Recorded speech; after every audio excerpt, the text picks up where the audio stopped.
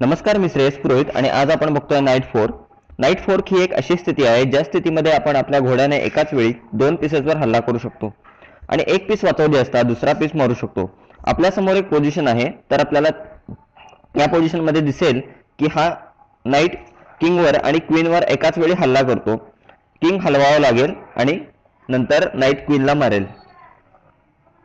Night D7 check. Of course king हलवावं लागेल. King E7 and knight takes B8.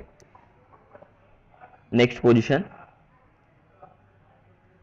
या position मध्ये आपल्याला दिसतंय की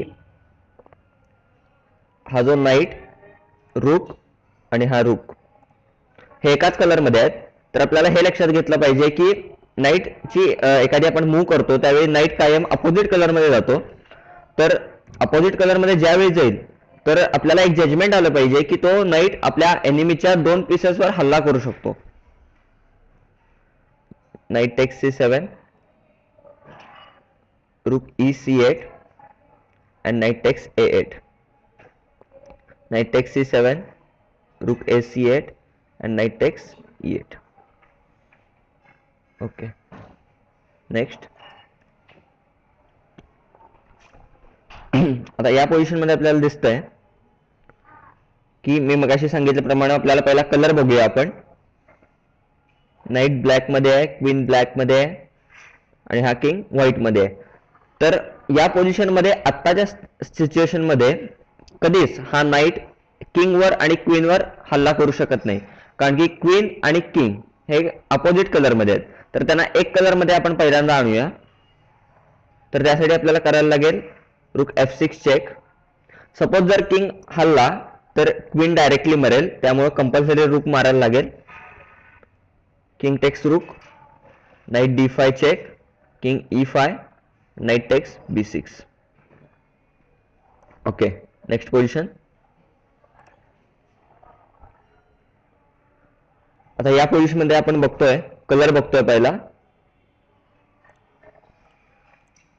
चारी ब्लॅक मध्ये आहेत, त्यामुळे ऑफकोर्स आपला नाईट नेक्स्ट मूव्हला व्हाईट मध्ये जाणार आहे.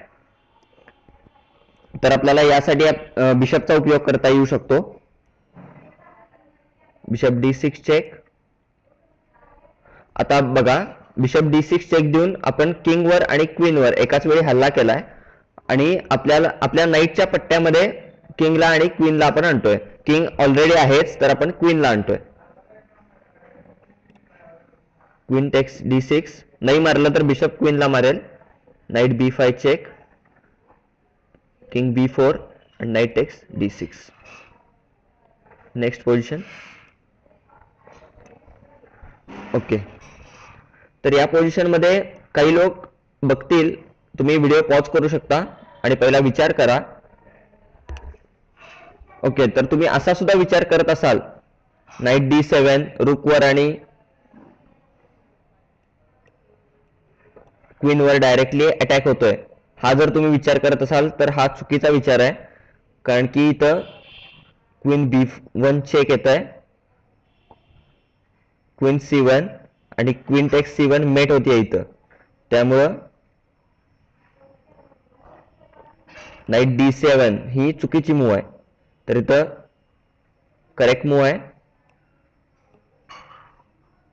Queen takes F8 check. Queen sacrifice केली, king takes F8, knight D7 check, king E7 of course वाचवावं लागेल, नाईट टेक्स B6. ओके, तर आपण बघितलंय नाईट फोर्क बघितलाय आज. तुम्ही नाईट फोर्कच्या पोझिशनसाठी, प्रॉब्लेमसाठी चेस इंडिया हे पेज लाईक करू शकता किंवा नेटवर सुद्धा सर्च करू शकता. थँक्यू.